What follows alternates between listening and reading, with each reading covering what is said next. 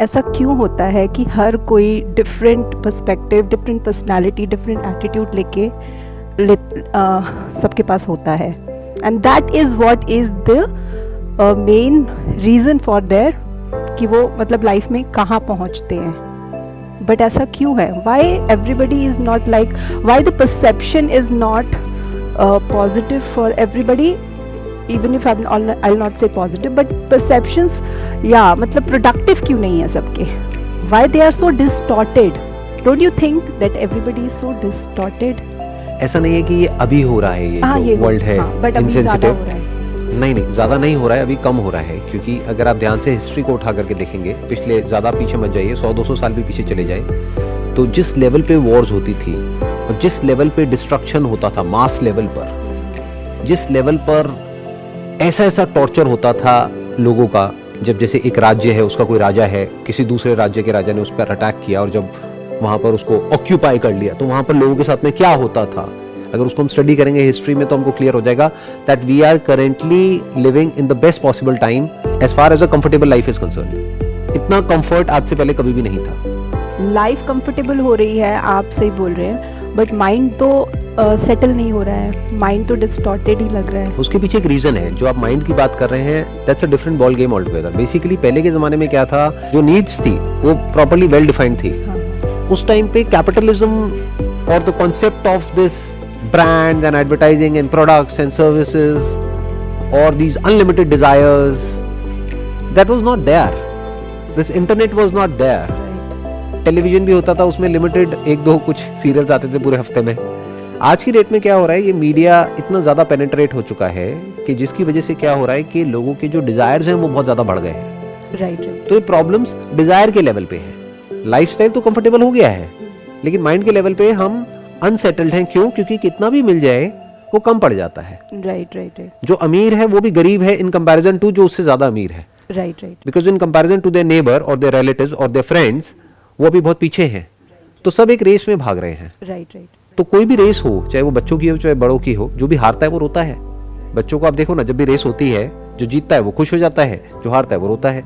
तो एक रेस चल रही है हम सबके माइंड में, और सब कुछ और कॉम्प्लिकेटेड होता चला जा रहा है. डिस्ट्रैक्शंस बहुत ज्यादा बढ़ गई हैं, एडिक्शंस बहुत बढ़ गए हैं तरह तरह के. मेंटल डिसऑर्डर्स के बारे में देखे जाए तो जो हमने पहले कभी सुने नहीं थे, ADHD इन किड्स, ऑटिज्म बहुत बढ़ गया है. पहले इतने ऑटिस्ट चाइल्ड नहीं दिखते थे. तो सर ये सब नेगेटिव एस्पेक्ट्स हैं मॉडर्नाइजेशन के. And this is kind of inevitable. ये और बढ़ेगा अभी धीरे धीरे.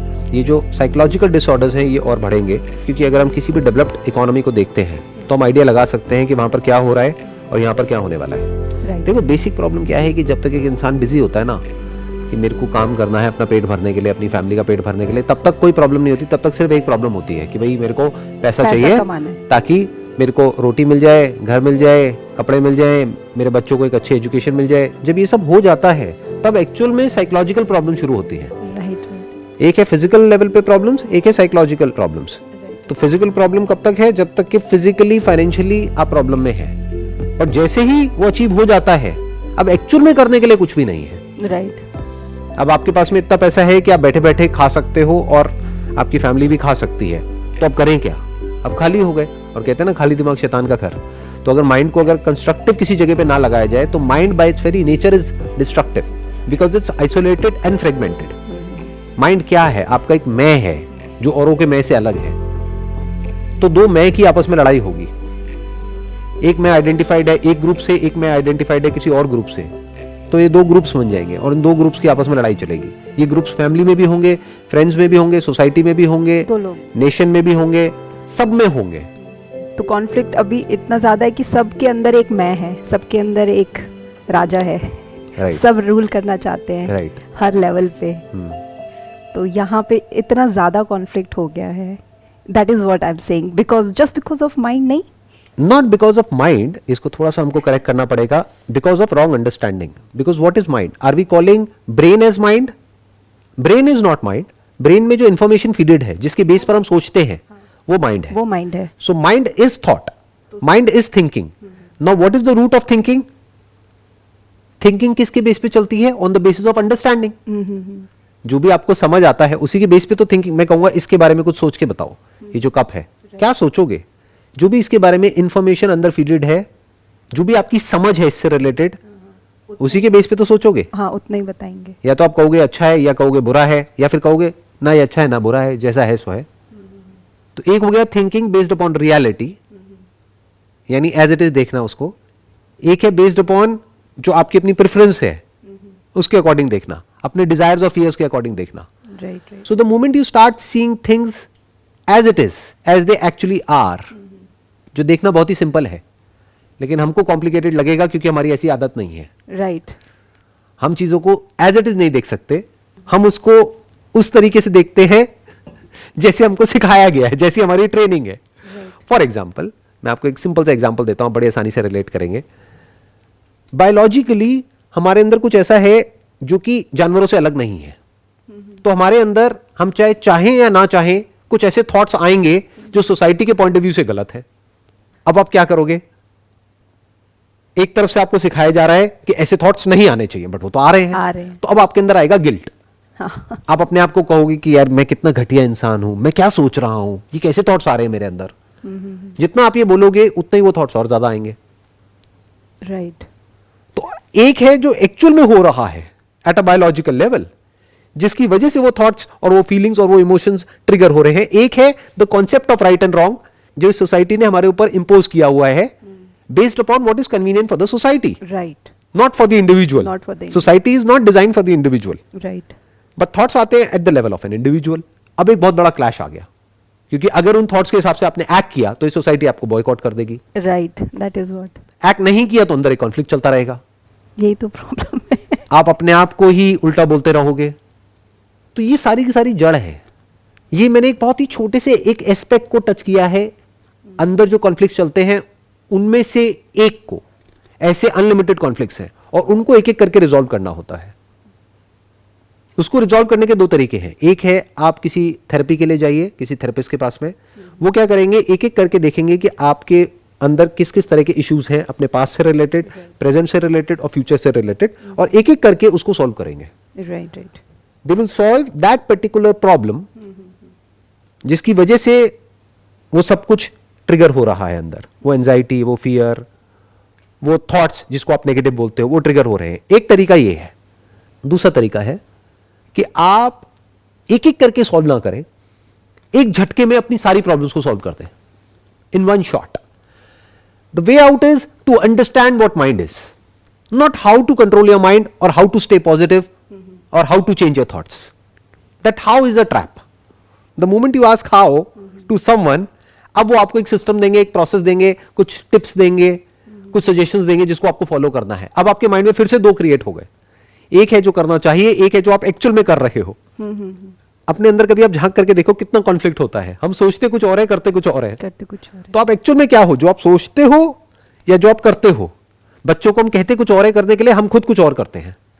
राइट। तो there is so much of conflict there, जिसकी कोई हद नहीं है। तो अब क्या किया जाए? अब इस सबका क्या सोल्यूशन है? Understand what mind is. वो किसी बुक में आपको आंसर नहीं मिलेगा, खुद समझना पड़ेगा। झांक करके देखो अपने अंदर, तो आपको नजर आ जाएगा थॉट क्या होता है, फीलिंग क्या होती है, इमोशन क्या होता है। उससे आप टाइम से फ्री हो सकते हैं। The concept of time which is past, present and future. Once you understand what mind is, that is the only way out. अगर हमको एक परमानेंट सॉल्यूशन चाहिए तो खुद से ही आएगा वो आंसर। एग्जैक्टली खुद से भी नहीं आएगा, कुछ जगह से हमको थोड़ी बहुत हेल्प मिलेगी। अब वो आपको फिगर आउट करना होगा कि कौन पर्सन है जो एक्चुअल में इसको फिगर आउट कर चुका है या कर रहा है, और कौन है जो फेक कर रहा है। फॉर एग्जाम्पल, आप मेरी वीडियो सुनते हैं तो आप हो सकता है अपने माइंड में बोलेंगे नहीं नहीं नहीं नहीं, इसको तो सब पता है। हो सकता है मुझे कुछ भी ना पता हो सकता है मुझे सब कुछ पता हो। तो वो आपको समझना है कि किसको कितना पता है, कौन किस लेवल तक गया है। हो सकता है बाहर से देखने में आपको लग रहा होगा कि अरे ये पर्सन तो बहुत ही सॉर्टेड है, कितना पीसफुल है, कितना काम है।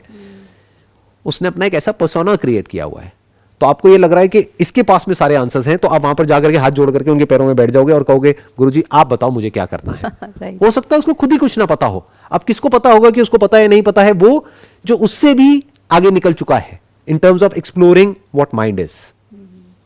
वो तो पकड़ जाएगा एक सेकंड में आप नहीं पकड़ पाओगे, राइट। तो अब आप फंस गए।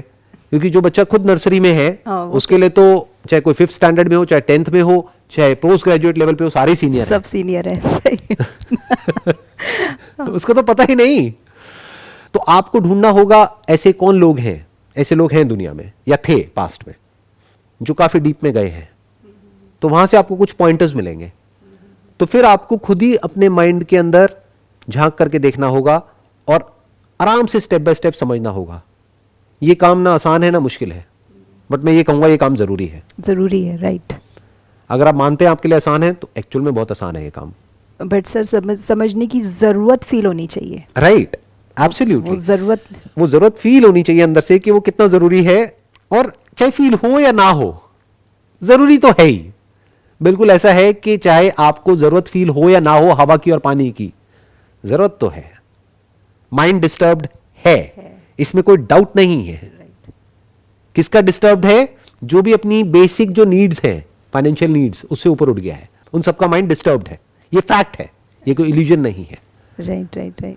तो एक प्रॉब्लम है जिसका सॉल्यूशन तो चाहिए। अब वो सॉल्यूशन कहां से आएगा, कब आएगा, कैसे आएगा, वो उस इंसान को फिगर आउट करना है। या मुझे सॉल्यूशन निकालना भी है, या मुझे सिर्फ एस्केप चाहिए। एस्केप क्या है? छोड़ो इन सब चक्रों को।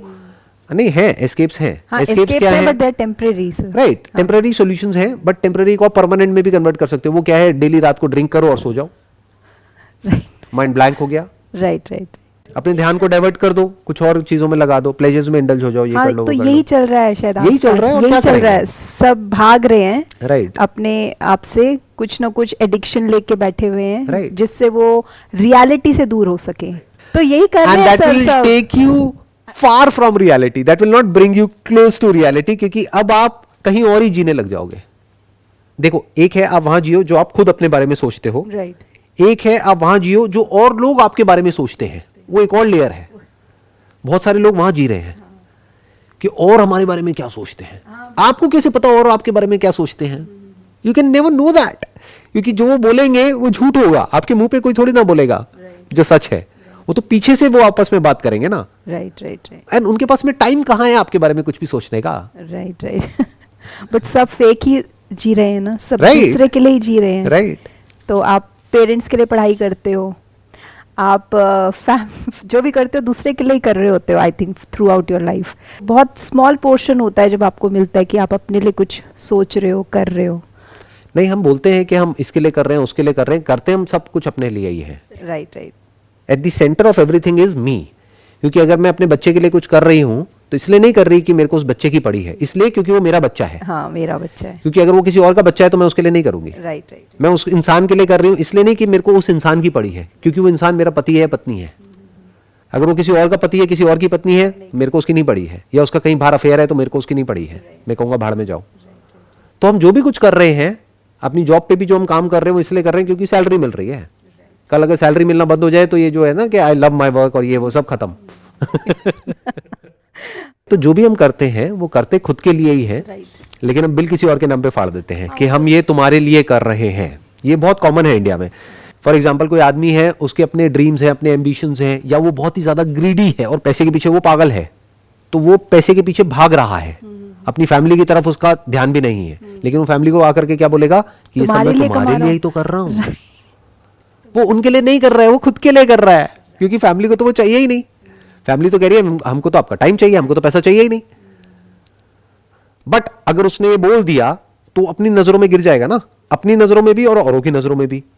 तो वो गिरना नहीं चाहता है, वो गलत प्रूव नहीं होना चाहता और वो है। दूसरों को ये दिखाना चाहता है कि मैं कितना पैसा कमा सकता हूँ। नंबर 1, मैं कितना पैसा कमा सकता हूँ। दूसरा, वो ये दिखाना चाहता है कि मैं कितना अच्छा पति हूं, मैं कितना अच्छा बाप हूं, मैं कितना अच्छा इंसान हूं, देखो मैं सोसाइटी के लिए भी कितना कुछ करता हूं। तो वो क्या करेगा, अगर कहीं चैरिटी भी करेगा तो चुपचाप नहीं करेगा, वो जा करके पहले से शर्त रखेगा कि मैं ये चैरिटी करूंगा, लेकिन यहां पर ये स्वर्ण अक्षरों में मेरा नाम होना चाहिए, तब मैं इतने पैसे दूंगा आपको, ऐसे नहीं दूंगा। Yeah, so the whole society is in very the very distorted.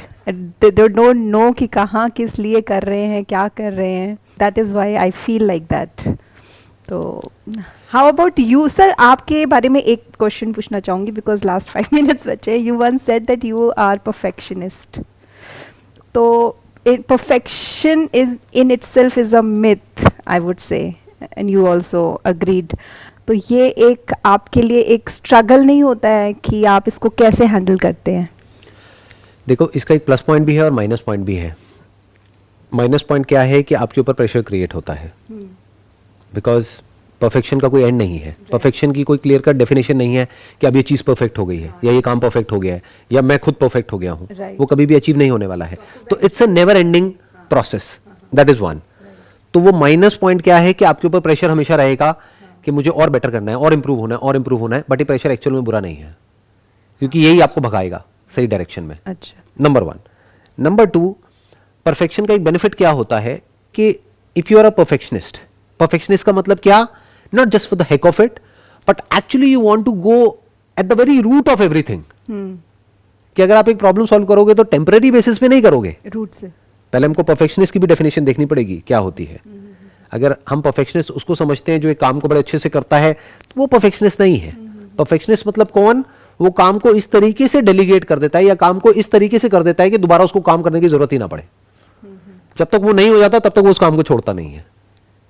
क्योंकि अगर वो एक काम में ही फंसा रह गया पूरी जिंदगी और उससे आगे बढ़ ही नहीं पाया, तो उसको परफेक्शनिस्ट थोड़ी कह सकते हैं. Right right. परफेक्शनिस्ट मतलब कि उसने उस काम का जो फाइनल जो गोल है उसको अचीव कर लिया. वो गोल क्या है, उस काम को ही खत्म कर दिया, द एंड ऑफ वर्क. तो ये आपको, ये जो माइंड की अभी हम बातें कर रहे हैं इतनी देर से, इसमें बड़ा हेल्प करता है. बिकॉज एक है सुपरफिशियल लेवल के सॉल्यूशंस जो उन लोगों के लिए है जो परफेक्शनिस्ट नहीं है. यानी क्या, उनको क्या चाहिए, शॉर्टकट चाहिए. उनको चाहिए कि अरे इतनी बातें मत करो, आप मेरे को ये बताओ मुझे करना क्या है, डेली कितनी देर मेडिटेशन करनी है और कैसे करनी है, क्या करनी है. आज आप एक से पूछोगे, फिर दूसरे से पूछोगे, फिर तीसरे से पूछोगे, तीनों अलग अलग बातें बताएंगे, फिर आदमी कंफ्यूज होकर के बैठ जाएगा. अब मैं क्या करूं, कोई बताएगा कुछ और, वो करेगा कुछ और. Right right. तो अंदर एक नया कॉन्फ्लिक्ट क्रिएट हो गया. पहली लाइफ में 36 प्रॉब्लम्स थी, अब एक नई प्रॉब्लम क्रिएट हो गई कि अब स्पिरिचुअलिटी में इसकी सुने उसकी सुने. ऐसा होता है ना. Right right. हाँ. राइट. अब परफेक्शनिस्ट का मतलब क्या है, that you want to go to the very root of the problem. You will not settle for anything less than that. जब तक आप माइंड के सच को नहीं देख लोगे, खुद के सच तक नहीं पहुंच जाओगे at the deepest level of your being, तब तक आप नहीं रुकोगे. तो आप एक परफेक्शनिस्ट हो. तो वो तो कभी होगा नहीं ना. क्यों नहीं होगा, होगा, होता है. और वही एक सॉल्यूशन है.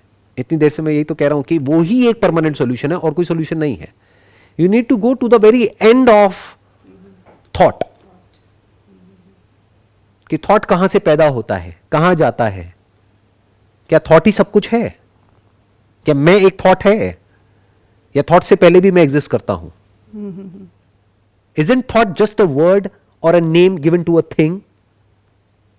Isn't thought an association between a sensation and the meaning given to that sensation? Without the meaning given to an experience, where is thought? Right. Without thought, where is thinker? क्या ये दो अलग अलग है, यानी कि thought and thinker, या दोनों को एग्जिस्ट करते हैं? Can thinker exist without the thought? Deep. तो जब इस तरह से हम देखने लग जाते हैं चीजों को, तो we go to the very root of existence, कि लाइफ क्या है, डेथ क्या है, और फिर उसके बाद में आगे क्वेश्चन करने के लिए कुछ बचता ही नहीं है. You go to the very end of questioning because you are a perfectionist. Have you got that all answers in your life? मैं कुछ भी कहूं, उससे फर्क क्या पड़ता है? हो सकता है मैं सच कहूं, हो सकता है झूठ बोलूं. मैं अपने मुंह से क्यों बोलूंगा जो भी बोलूंगा? वो तो आपको देखना है. On a scale of 1 on 10, how you see your life, like how you rate your life? Again मैं गलत क्यों बोलूंगा? मैं ये क्यों कहूंगा, अगर मेरी लाइफ मानो on a scale of 1 to 10, 1 भी होगी या 0 भी होगी, मैं तो 10 ही बोलूंगा ना. मैं तो ऐसी प्रोजेक्ट करूंगा ना कि हाँ मेरा सब कुछ बहुत अच्छा है लाइफ में, मेरी रिलेशनशिप बहुत अच्छी है, मेरा ये अच्छा है, वो अच्छा है. सब यही तो कर रहे हैं. नहीं तो आपको कैसे पता कि सच क्या है और झूठ क्या है? But I don't expect that answer from you. You will tell as you are. Because I think you are not one of those masses. So if I ask you in a scale of 1 on 10, if you say 10, if you rate 10, so that means you have achieved everything. There is no scope for further. आप ये कह सकते हैं, मैं ये rating नहीं करूंगा 1 to 10 और ये सब कुछ, मैं बस ये कह सकता हूं कि I have reached the end of questioning, कि अब आगे और क्वेश्चनिंग करने के लिए कुछ बचा नहीं है। अच्छा, जो भी मुझे सही लगता चला गया, मैं उसको भी क्वेश्चन करता चला गया, फिर और एक लेवल आगे गया, फिर और एक आगे, फिर और एक स्टेप आगे, और एक स्टेप आगे, और एक स्टेप आगे, और डीप में, और डीप में, और डीप में। अब द वेरी क्वेश्चनर डिसॉल्व्स, अब कोई क्वेश्चनर ही बाकी नहीं रह गया है। तो जब कोई क्वेश्चनर ही नहीं है तो क्वेश्चन कहां से होगा? so now what? नाउ अभी मैं आपसे बात कर रहा हूं और जो भी मेरे एक्सपीरियंसेस हैं, थॉट्स हैं, वो आपके साथ में शेयर कर रहा हूं। Now you have got all the answers and अभी ये आप दूसरों को स्प्रेड आउट हाँ, करना मतलब चाहते हैं। आप ये कह सकते हैं कि भाई, कि अगर कोई जेन्युइनली कुछ समझना चाहता है या चाहती है, तो अगर उनके पास में कोई एक्चुअल में कोई क्वेश्चन है, तो जिस भी लेवल का जो भी क्वेश्चन है, अगर उससे रिलेटेड मेरे पास में एक्सपीरियंस है और अंडरस्टैंडिंग है, तो मैं जवाब दे सकता हूं। For example mind, thoughts, feelings, emotions, beyond that, क्योंकि ये तो सब आपके पास भी है, मेरे पास भी है। बट अगर कोई ऐसा क्वेश्चन पूछेंगे जिससे रिलेटेड मेरे को कोई एक्सपीरियंस नहीं है, तो मैं बोल दूंगा मेरे को नहीं पता। फॉर एग्जाम्पल कि भाई जॉब में क्या करते हैं, कैसे करते हैं, मुझे नहीं पता, क्योंकि मैंने कभी जॉब करी नहीं। Right right. बट बिजनेस के बारे में पूछेंगे तो मैं बता सकता हूँ, माइंड के बारे में पूछेंगे तो मैं बता सकता हूँ। Mind is the question which everybody is looking, मतलब माइंड को कैसे, I don't know, everything related to mind. तो मैं इसको सेशन को यहाँ पे एंड करता हूँ कि ये मत पूछिए how to control your mind, how to think positive, और ये वो, ये हाउ को हटा दीजिए। ये पूछिए अपने आप से, व्हाट इज माइंड? ये माइंड है भी या नहीं है? हो सकता माइंड हो ही ना। कहीं ऐसा तो नहीं है किसी ऐसे भूत से लड़ने के लिए आप एक रास्ता ढूंढ रहे हैं जो भूत एक्चुअल में है ही नहीं। Right right right. What is mind? अगर माइंड है तब तो कुछ करना पड़ेगा ना। माइंड मतलब क्या? थॉट। ब्रेन तो है, बट ये थॉट क्या है? अगर उसके सच को हम देख लेते हैं, if it is just for the name sake, name given to a thing is just a word, तो अब वो रहे या ना रहे उससे फर्क क्या पड़ता है? कुछ भी चलता रहे अंदर, उससे फर्क क्या पड़ता है? That is freedom from thought, freedom from mind. Great insight, sir. Thank you so much. Most welcome ji.